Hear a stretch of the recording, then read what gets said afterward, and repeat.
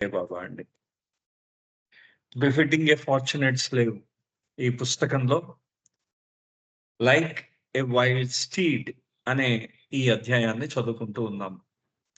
అంటే ఈ పుస్తకంలో కళ్ళం లేని గుర్రం లాంటి వాడు అన్నమాట. ఇరుచి గారి గురించి ఆయన చెప్తున్నారనమాట. ఆయన తన గురించి ఆయన నిన్న ఏం చదువుకున్నాం అంటే ఎల్చా మిస్త్రీ ఆయనకు బాబాకి చాలా సుదీర్ఘమైన కథలు చెప్పడం ఆయన అలవాటు. అయితే ఒకసారి ఎల్చా మిస్త్రీ బాబా దగ్గరికి వచ్చారు. వచ్చినప్పుడు బాబా అతన్ని అడిగారు, ఏమయ్యా ఈ చుట్టుపక్కల ఎక్కడైనా మస్తులు ఉన్నారా అని అడిగారు. అడిగితే బాబా, నేను బాగా నా స్నేహితుడి దగ్గర నుంచి నేను విన్నాను, ఇక్కడికి దూరంలో ఒక అడవి ఉంది, ఆ అడవిలో ఒక దేవాలయం ఉంది, ఆ దేవాలయంలో ఒక మస్తు ఉంటారు, ఆయన చాలా ఉన్నత స్థితిలో ఉన్న మస్తు.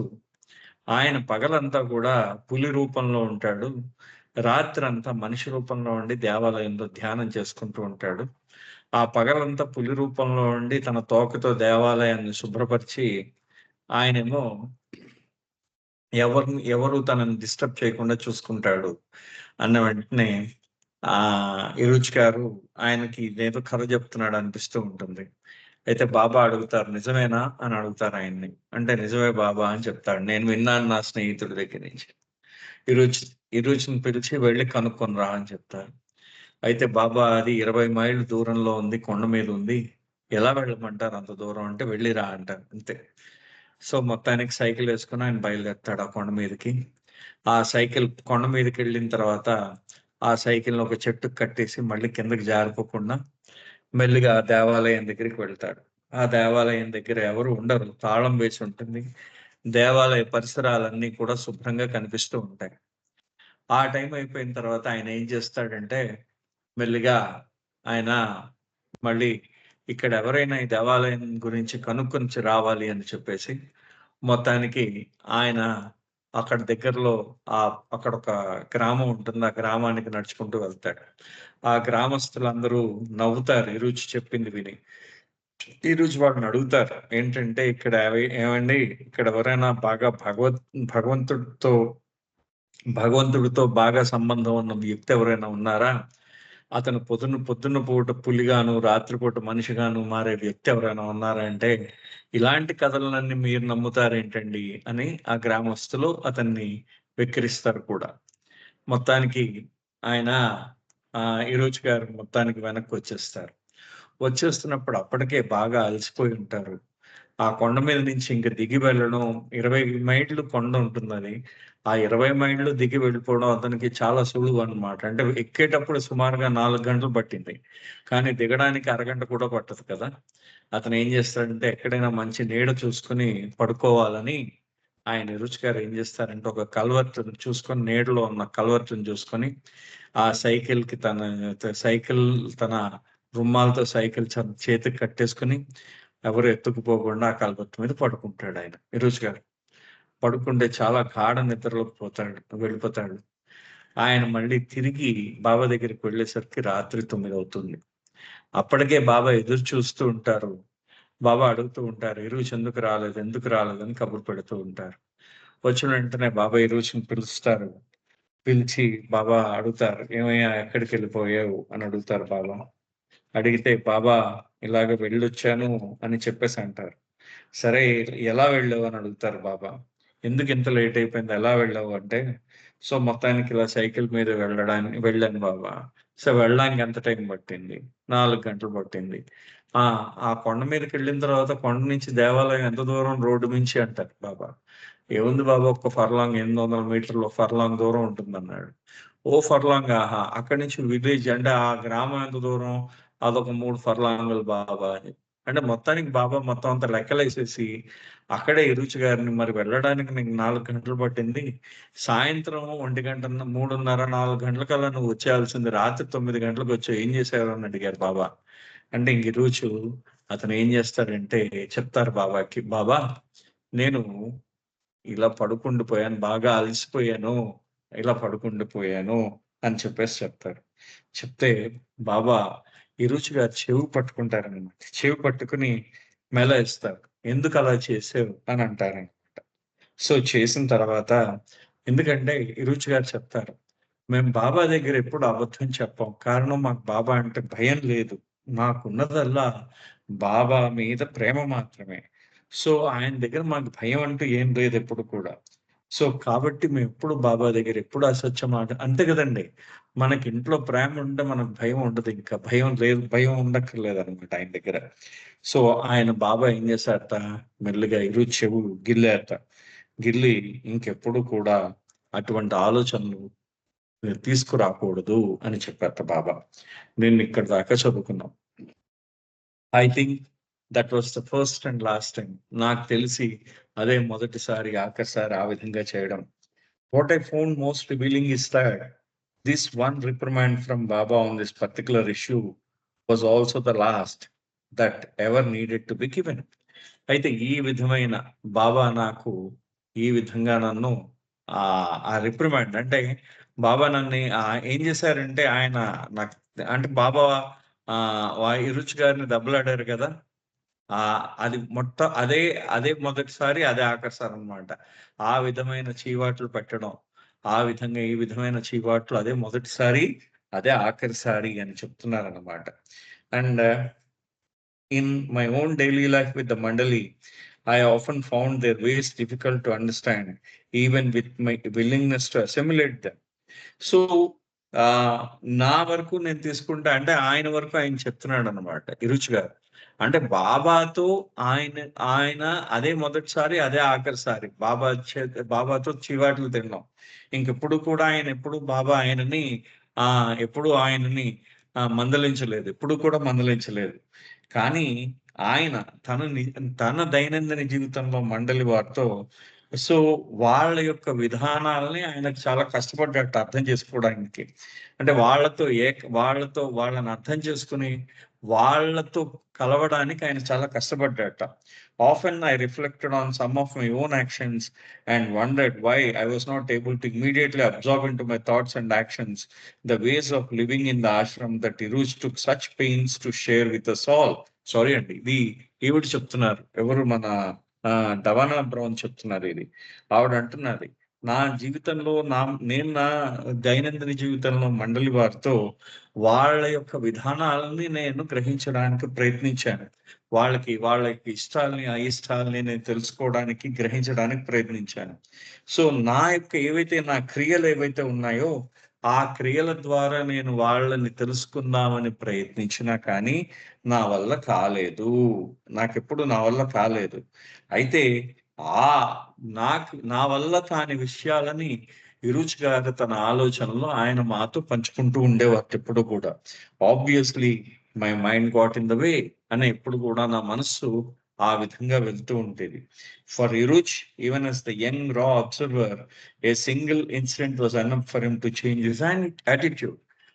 ఆ రోజుల్లో ఇరుచి ఎలా ఉన్నారు? ఈ సంఘటన జరిగినప్పుడు కొండ మీదకి వెళ్ళొచ్చినప్పుడు చాలా యువకుడాయన.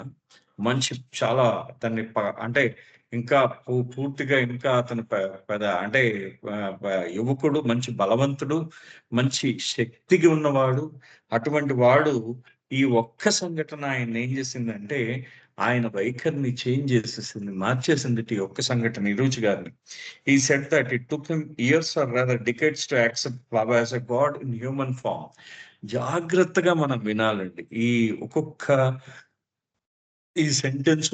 సెంటెన్సు భలే ఉంటుందండి. నిరుచ్ గారి యొక్క సెంటెన్స్ చెప్తుంది. ఆయన ఏమంటారు చూడండి.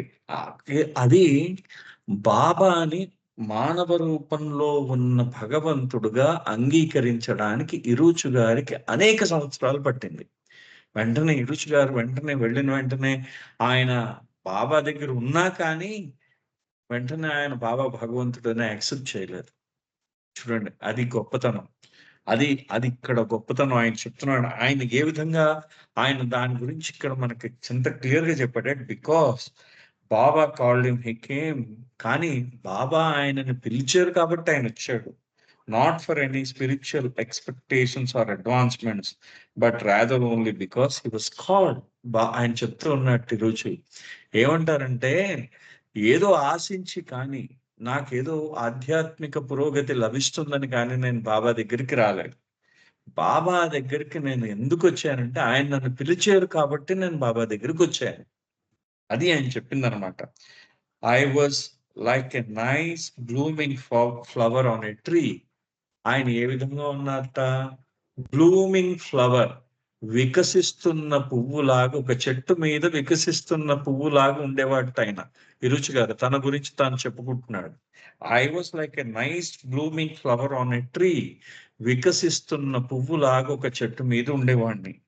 He plucked me from the tree and enjoyed the fragrance.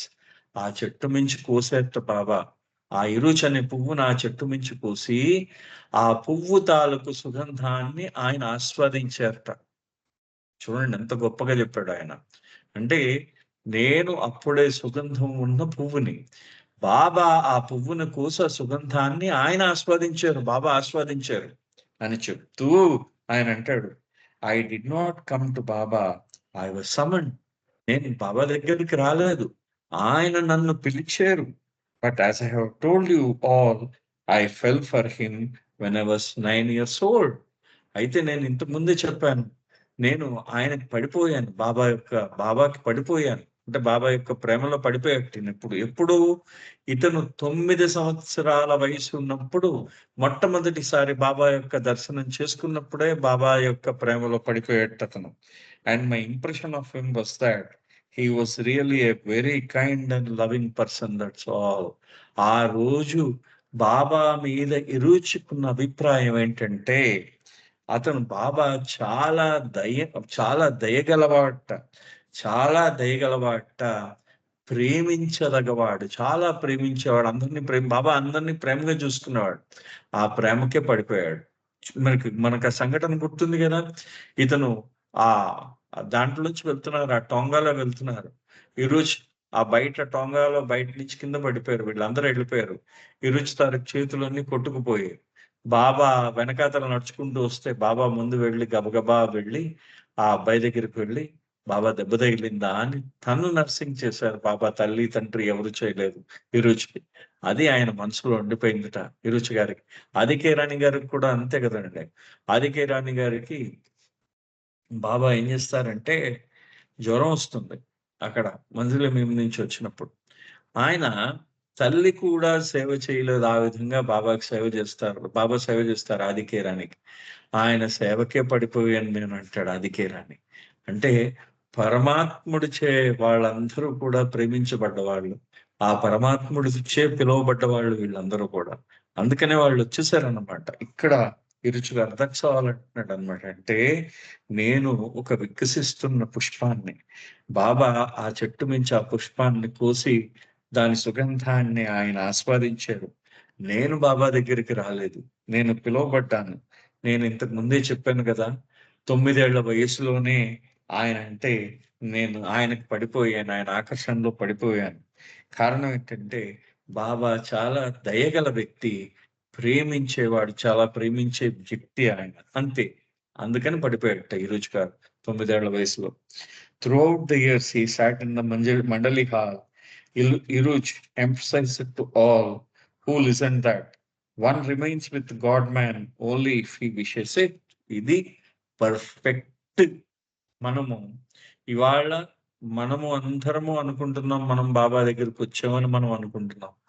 కానీ ఆయన పిలుపు లేకుండా మనం రాలేము. ఆయన ఆయన ఆయన మన పిలుపు ఆయన మనల్ని పిలిచాడు ఆయన. ఆ పిలుపు లేకుండా మనం రాలేం. అది ఇరుచ్ గారంటారు. బాబా ఇచ్చిస్తే బాబా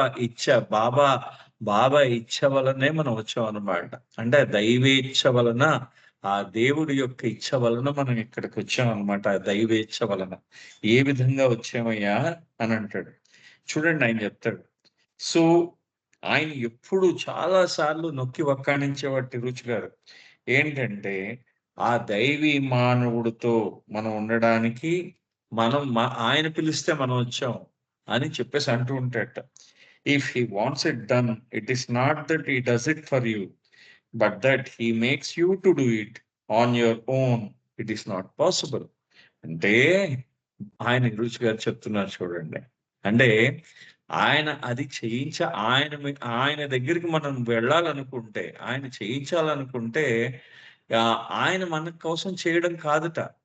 అది మీరు చేసేటట్టు ఆయన చేస్తాడట.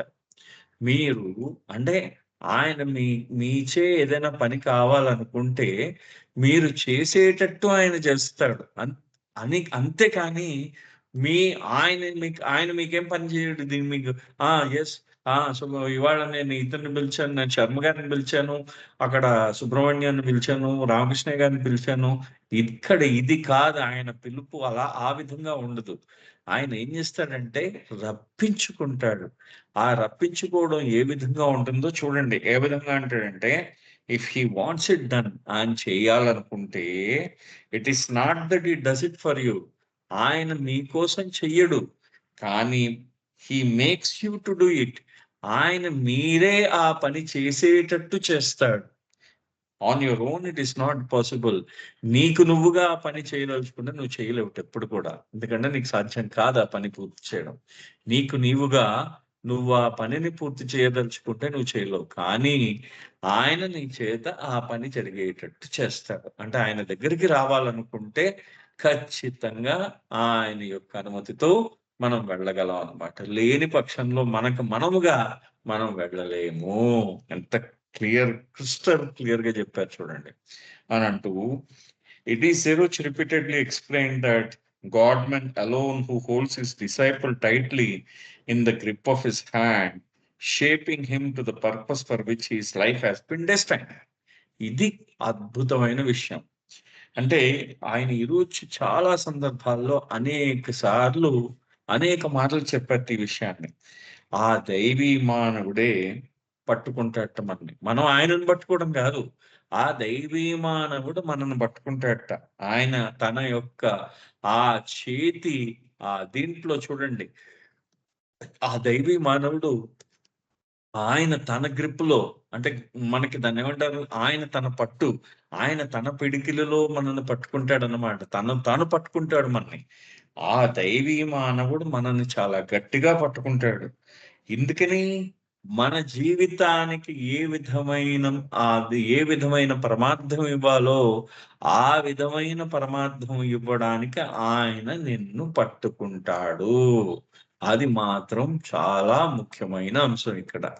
అంటే మన జీవితానికి ఏ పరమార్థం ఇవ్వాలో ఆయనకు తెలుసు కాబట్టి, ఆ చెయ్యి పట్టుకుని ఆ పరమార్థాన్ని మనకిస్తాడనమాట ఆయన. అది బాబా చేసే పని అక్కడ. నౌ ఇక్కడ బాబా ఏమంటున్నారో చూడండి.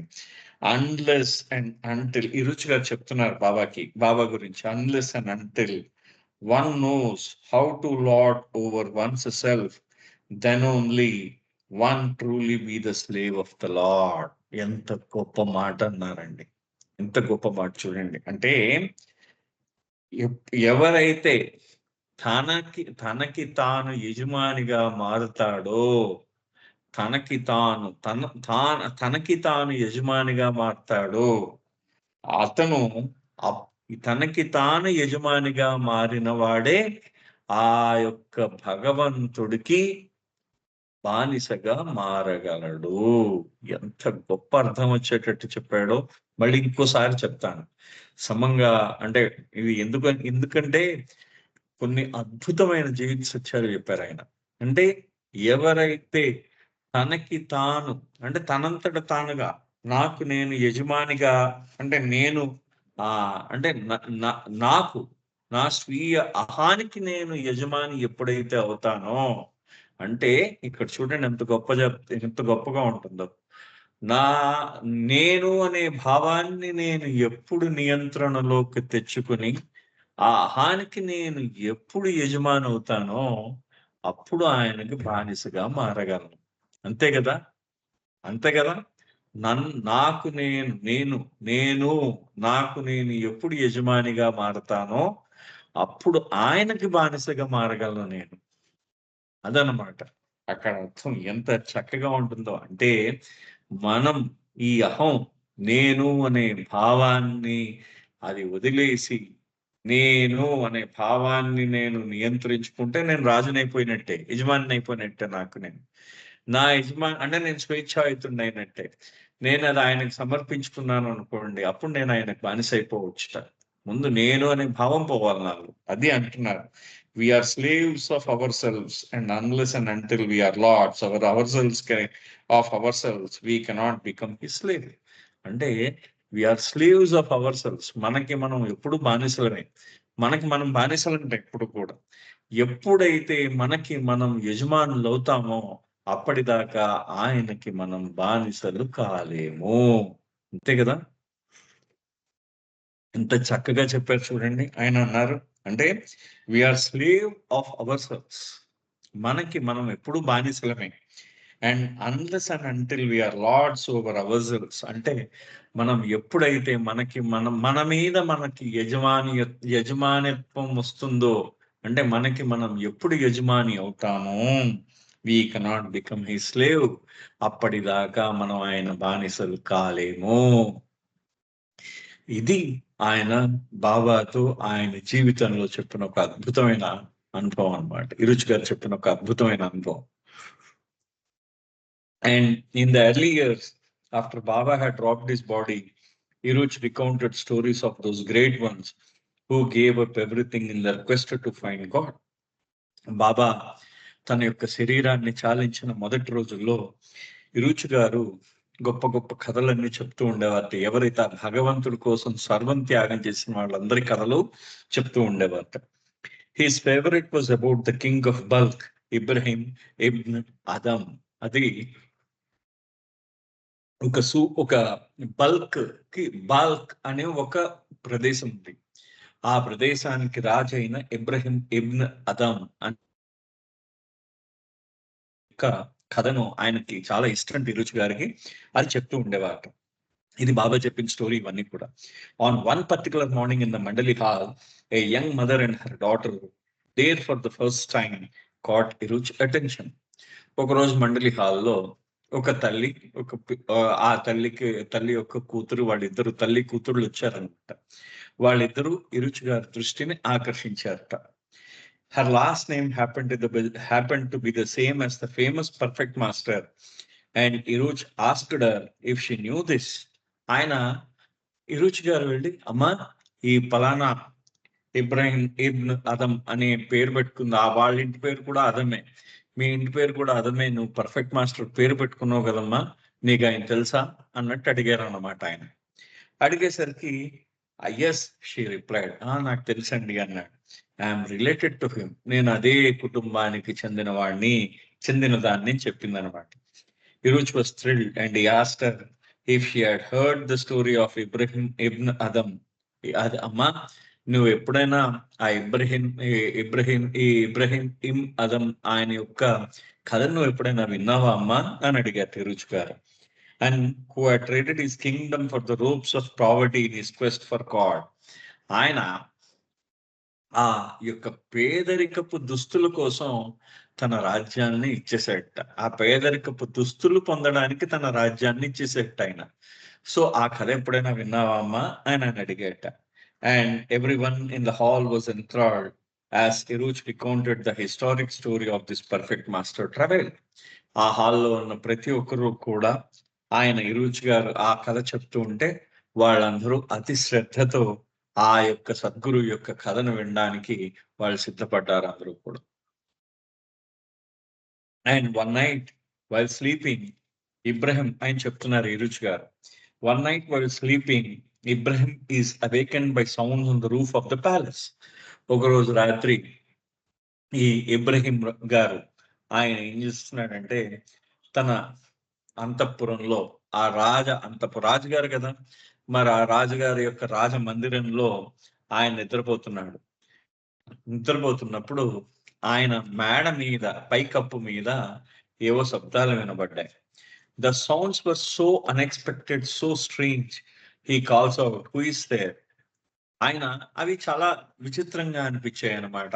ఆ శబ్దాలన్నీ కూడా విచిత్రంగా అనిపించేసరికి ఆయన వెంటనే ఎవరెక్కడ అన్నాడు అన్నమాట. He here's a voice, I'm a friend, I'm searching for my last camel. ఆయన సడన్ గా ఈయన ఎవరెక్కడ అనేసరికి అక్కడి నుంచి తిరిగి జవాబు వినిపించింది, నేను ఒక స్నేహితుడిని, నేను ఇక్కడ నేను నా ఒంటె తప్పిపోయింది, ఆ ఒంటెను వెతుకుతున్నాను అన్నట్ట ఆ స్వరం వినిపించింది అనమాట. ఆర్ యు మ్యాడ్ అంటే ఆర్ యు మ్యాడ్ పిచ్చివాడువా నువ్వు అని అడిగేట్టు Ibrahim. Who seeks lost camel on the roof of the palace? ఎవడు తప్పిపోయిన ఒంటెను ఎవడైనా పైకప్పు మీద ఆ అంతఃపుర పైకప్పు మీద ఎక్కి వెతుకుతాడు ఎవడైనా అని అడిగట్టు ఈయన Ibrahim. For a moment Ibrahim thinks to himself I dreaming. ఒక్క క్షణం ఇబ్రహీం గారు అనుకున్నారట, ఆహా నేనేమైనా కలగంటున్నానా అనుకున్నారట. But again he hears the voice answering him, what makes you think that God can be sought while I sleep in the palace? అక్కడ వెంటనే ఆయన ఏం చేసి ఆయనకి ఏమైంది వెంటనే జవాబు వచ్చింది ఆయనకి. ఏమని జవాబు వచ్చిందంటే, అతను ముందు ముందు నిద్రపోతున్నానేమో అనుకున్నట్ట, కానీ మెలకుగానే ఉన్నాడు అనమాట. మెలకుగా ఉన్నప్పుడు ఆయనకు స్వరం వినిపించింది, మళ్ళీ ఆ తిరిగి రిప్లై వినిపించింది, సమాధానం వినిపించింది ఆ స్వరాన్ని. ఆయన ఏమన్నా ఆ స్వరం ఏమంటున్నట్ట, నువ్వేమనుకుంటున్నావు భగవంతుడు ఆ అంతఃపురంలో నిద్రపోతూ ఉన్నప్పుడు భగవంతుడు నీకు దర్శనం ఇస్తాడా అని అడిగాడట.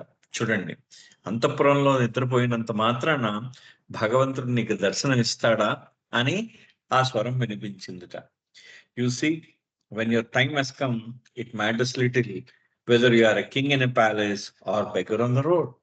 నీ కాలం వచ్చినప్పుడు, నీ కాలం కలిసి వచ్చినప్పుడు నువ్వు రాజువైనా, నువ్వు రోడ్డు మీద ఆ ఆ రోడ్డు మీద భిక్షాటన చేస్తున్నా, ఇద్దరు ఒకటే. Ibrahim Adam wondered whether he was dreaming or did he really hear the voice. Ibrahim అనుకుంటున్నట్టు ఆయన, అయ్యా నేను కలగంటున్నానా లేకపోతే నేను నిజంగా ఆ స్వరాన్ని విన్నానా అనుకుంటున్నాడు అనమాట. But whether dreaming or awake he needed to know. అరే నేను మేల్కొని ఉన్నానా పడుకుని ఉన్నానా అని అనుకుంటున్నాడు అనమాట. Who could be, what it it mean? అయితే అతను ఎవరై ఉంటాడు, ఆ స్వరం ఎవరిది, అతను ఎవరై ఉంటాడు, దాని అర్థం ఏంటి, ఆయన చెప్పిన దానికి అర్థం ఏంటో ఇతనికి అర్థం కాలేదు. Sleep deserted him, his mind was turned upside down and his heart inside out. ఇంకా నిద్ర రాలేదు, నిద్ర అతనికి దూరం అయిపోయింది. అతను మనసు అంతా కూడా అనేక రకాలుగా పరిగెడుతున్నది, మనసు పరిగెడుతున్నది.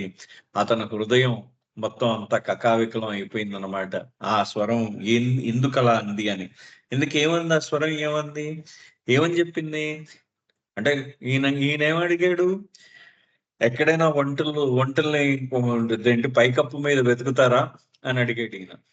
మరి ఆయన వెంటనే అక్కడి నుంచి స్వరం వచ్చింది, నీకు భగవంతుడు ఆ అంతఃపురంలో నిద్రిస్తూ ఉంటే భగవంతుడు లభిస్తాడా అనే సమాధానం వచ్చిందనమాట. ఆ సమాధానంకి ఇతనికి నిద్ర పట్టడం లేదు అనమాట. పాపం హృదయం అంతా కకావికలం అయిపోయింది ఆయనకి. All night he tossed and turned thinking about what had happened, or did it happen? Was he losing his mind, hearing voices? ఆ రాత్రి అంతా అతను ఇది నిజంగా జరిగిందా, కలగన్నాడా, అతను నేను నా మనసు నేను నేను నేను పిచ్చివాడిని అయిపోతున్నానా, నేను నిజంగా స్వరం విన్నానా లేదా అని అనేక రకాలుగా ఆయన ఆయన ఆలోచిస్తున్నాడు అనమాట. A lost camel of the roof in palace, what did it mean? అంటే ఆ పైకప్పు అంటే అంతఃపురపు తాలూకు రూఫ్, ఆ పైకప్పు మీద ఒంటి తప్పిపోవడం ఏంటి, ఏమిటి దాని అర్థం ఏంటి? And who had the daring to speak so boldly to him? ఎవరికి నాతో మాట్లాడడానికి అంత ధైర్యం ఉంది? ఆలోచిస్తున్నట్టు చూడండి, రాజుగారు కదా, ఎవరికి నాతో మాట్లాడడానికి అంత ధైర్యం ఉంది? He is terrified by what he has just experienced and a feeling of dread engulfs him. ఆయన చాలా భయపడ్డాడు కూడా. ఆయనకి ఒక రకంగా దాన్ని ఏమంటారంటే ఆ ఒక రకమైన భావం ఆయన మొత్తం ఒక భావం ఆయనని ముంచెత్తిందనమాట. అంటే ఏ రకమైన భావం అంటే ఆయనకి బెదురు అన్నమాట, చిన్న భీతి కలిగింది. ఆ భీతి కలిగి ఆయనకి కొంచెం భయపడ్డాడు అనమాట ఆయన. The next morning, as he is sitting on the throne, a figure walks past the gods towards him. ఆ మర్నాడు తన సింహాసనంపై కూర్చున్నప్పుడు ఎవరో గుర్తు తెలియని అతను అనమాట, అతను ఆ యొక్క రాజభటులను దాటి తన దగ్గరికి వచ్చాడు. His demeanor is such that none can stop him. ఆయన యొక్క విధానం ఏ విధంగా ఉంది, వచ్చిన తన విధానం ఏ విధంగా ఉంది. ఇప్పుడు రాజు యొక్క సభలోకి ఎవరైనా ప్రవేశించాలంటే అనుమతి తీసుకొని రావాలి కదా. కానీ ఆ వచ్చిన తన యొక్క విధానం ఏ విధంగా ఉందంటే ఎవరు కూడా అతన్ని ఆపలేకపోయారనమాట. ఆ వచ్చిన ఆ వచ్చిన ఆ ఆ వ్యక్తిని ఎవరు ఆపలేకపోయారు. It is Khaiser the perfect one. అతని పేరు ఖైసర్. ఆ ఖైసర్ ద పర్ఫెక్ట్ వన్ అంటే ఆయన ఒక సద్గురు అన్నమాట. And the striking figure commanded an answer as he stood before the king. Tell me, is this a caravanserai? ఆయన అన్నాడు. ఆ ఆయన ఆయన యొక్క రూపం ఏ విధంగా ఉందంటే చూడంగానే మిమ్మల్ని ఆకర్షించే రూపం అన్నమాట. అంత గొప్పగా ఉంది. ఆయన ఆ రూపంలో ఏం చేశాడు, ఆయన వెంటనే రాజు దగ్గరికి వచ్చి ఇదేమైనా కార్వాన్ సరాయా అని అడిగాట. కార్వాన్ సెరాయ్. సెరాయ్ అంటే అర్థం ఏంటంటే పూటకూళ్ళ ఇల్లు అని అర్థం అన్నమాట. మనకు ఖచ్చితంగా అంటే మీరు ఉపాసిని సెరాయ్ అనేది మీకు చూస్తారు. అంటే ఈ ఈ ఎవరైతే ఎవరైతే ప్రయాణికులు ఉంటారో ఆ ప్రయాణికులకి మీకు ఇది వసతి గృహం అని అంటాం కదా మనం తెలుగులో. ఆ వసతి గృహం ఇప్పుడంటే ఈ పీడబ్ల్యూడి బంగ్లాలు, ఐబీ బంగ్లాలు ఇవన్నీ వచ్చాయి. కానీ ఆ రోజుల్లో ఈ పూటకోళ్ళమ్మ ఇల్లు మనకి కాశీ మజిలీ కథలు చదువుతూ ఉంటే పూటకోళ్ళమ్మ ఇల్లు ఉండేది. సో ఇలాగనమాట. అంటే ఆ పేదరాశి పెద్దమ్మ, పూటకోళ్ళమ్మ ఇల్లు ఇవన్నీ మనకన్నీ బోళ్ళన్ని అంటే దారిన వెళ్తూ ఉంటే బోళ్ళని ఇవన్నీ ఉంటూ ఉంటారనమాట. ఎక్కడో ఒక లేడీ ఒక చిన్న హోటల్ లాంటిది పూటకోళ్ళ ఇల్లు అంటాం దాన్ని. సో ఆ విధంగా ఇది సెరాయ్ అంటే అదనమాట. అందుకనే మనకు ఉపాసిని సెరాయ్ అని పిలుస్తారు. అక్కడ మెహరాబాద్ లో బాబా ఒక చిన్న లాడ్జింగ్ లాంటిది ఏర్పాటు చేశారనమాట బాబా. అంటే అది కూడా తన గురువు గారి పేరు మీద బాబా ఏర్పాటు చేయడం జరిగింది ఆ లాడ్జింగ్ ని. అది ఉపాసిని సెరాయ్గా దాన్ని పిలుస్తారు. మీరు ఇప్పటికీ చూసుంటారు లోవర్ మెహరాబాద్ లో. సో ఈ విధంగా ఈ కార్వాన్ సెరాయ ఇది అంటే ఈ సభ ఆ సభలోకి వచ్చి ఇదొక పూటకోళ్ళ ఇల్లా అని అడిగాడు అనమాట ఆయన. Are you mad? What are you talking about? This is the palace. I'm the king of this kingdom of Balkh అన్నాడు ఇబ్రహీం ఇబ్న్ అదం. ఆయన ఏమన్నాడంటే పిచ్చివాడివా నువ్వు, నీ ఏం మాట్లాడుతున్నావు? ఇది ఇది రాజ మందిరము, ఇది రాజుడి యొక్క సభ, ఇది నా యొక్క రాజ్యము, ఇది బల్క్ రాజ్యము, నేను దానికి రాజునన్నట. Oh is that so? But who was the owner of this palace before you became the king? అవునా, అలాగా. ఆయన చూడండి ఎంత చక్కగా అడుగుతాడో ఆ సద్గురువు గారు. ఎవరిని? ఈయన అడిగారట, ఈ ఇబ్రాహిం ఇబ్న్ అదం కి. అంటే ఆ రాజుగారిని అడిగాడు అనమాట. ఏమని అడిగాడు? అవునా అలాగా, మరి ఈ రాజమందిరం నువ్వు ఈ కోట ఉంది కదా, ఈ కోటను నువ్వు కట్టించావా, లేకపోతే నీకన్నా ముందు ఈ కోట ఎవరిది అని అంటే నువ్వే కట్టించావా, ఇంకెవరైనా కట్టించారా కోటని అడిగాడు అనమాట. అడిగితే why it was my father's palace, ఇది నా తండ్రి గారు కట్టించిన కోట అన్నాడు అనమాట. అంటే అండ్ బిఫోర్ యువర్ ఫాదర్ అంటే నీ తండ్రి కన్నా ముందు ఇది ఎవరిది? It was my grandfather's, నా తాతది అన్నాడు. And before him my great grandfather's అన్నాడు. అంటే ఆయన కన్నా ముందు నా ముత్తాతది అన్నాడు అనమాట రాజుగారు. అనేసరికి అప్పుడు రాజుగారు చెప్తున్నాడు, I come from a long line of royalty. ఆ రాయల్టీ అంటే నేను ఈ రాజ్యాధికారం నాకు ఈ దీంట్లో ఈ రాచరికం వచ్చింది. రాచరికం నుండి నాకు రాజ్యాధికారం వచ్చినది అని అంటున్నారు. It has been always ours, now it is mine. ఇది ఎప్పుడు కూడా మాదే, ఇప్పుడు ఇప్పుడు ఇది నాది అన్నాడు. ఎప్పుడు కూడా మాదే, ఇంతకు ముందు కూడా ఇది మాదే, కానీ ఇప్పుడు నాది అని చెప్పేసి ఆయన చెప్పేసరికి అప్పుడు ఆయన అన్నట్ట, ఏమన్నాడంటే చూడండి, is this not then a caravanserai where men come and stay for a while only to depart? Heed this warning, beware, O king of bulk, your turn has come. ఆయన చూడండి, ఆయన ఒక మాటకు అద్భుతంగా అన్నాడు ఆ సద్గురువు గారు. ఏమన్నారంటే మరి ఒకప్పుడు ఇది పూటకోళ్ళు ఇల్లే కదా, దారిన పోయే వాళ్ళు ఎవరైతే ఆ దారిన వెళ్తుండే వాళ్ళకి ఇది వసతి గృహంలా ఉండేది కదా ఈ కోట.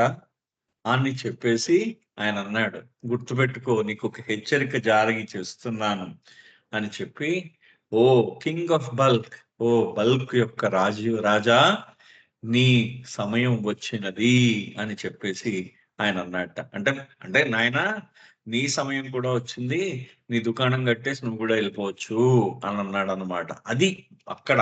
అంటే భగవంతుడి యొక్క పిలుపు వచ్చినప్పుడు ఆయన మనల్ని పిలుస్తాడు. ఇక్కడ ఈ ముఖ్యంగా ఆయన చెప్పిన విషయం, ఎవరు మనకి రుచి గారు చెప్తున్న విషయం ఏంటంటే, బాబా దగ్గర నుంచి మనకి పిలుపు వస్తుంది. ఆయన మనల్ని పిలుస్తాడనమాట. ఆయన మనల్ని పిలిచి, నాయనా నువ్వు, నేను నిన్ను పిలుస్తున్నాను అని చెప్పి ఆయన ఆలింగనంలోకి మనల్ని తీసుకుని, మనం చేజారిపోకుండా మన చేతిని గట్టిగా పట్టుకొని, మనకి ఏదైతే మన యొక్క విధిలో ఏదైతే రాసి ఉందో ఆ రాసి ఉండే దాని దగ్గరికి ఎక్కువ ప్రయాస పడకుండా, అంటే మన విధిలో మీరు ఏదవ్వాలో ఆయన అవ్వడానికి మమ్మల్ని ఎక్కువ ప్రయాస పడకుండా చేస్తాడు. అది ఆయన చేసే పని.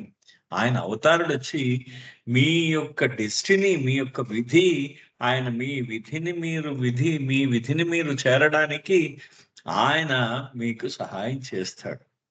మనం ఏం చేస్తామంటే, ఆయన పిలిస్తే మనం ఆయన్ని పట్టుకున్నాం, మనం ఆయనను పట్టుకున్నాం, నేను బాబాని పట్టుకున్నాను అనే భావన నాలో చాలా ఉంటే, ఈ రుచి గారి మాటలు వినిన తర్వాత నేను బాబాని కాదు ఆయన నన్ను పట్టుకున్నాడు అనే భావన నాకు ఇంకా ఎక్కువ అవుతున్నది. అవతార్ మెహర్ బాబాకి జై బాబా అండి. So it's a beautiful book. జై బాబా. జై మెహర్ బాబా అండి. జై బాబా. గారు విషయాలు, చక్కని విషయాలు తెలియజేస్తారు.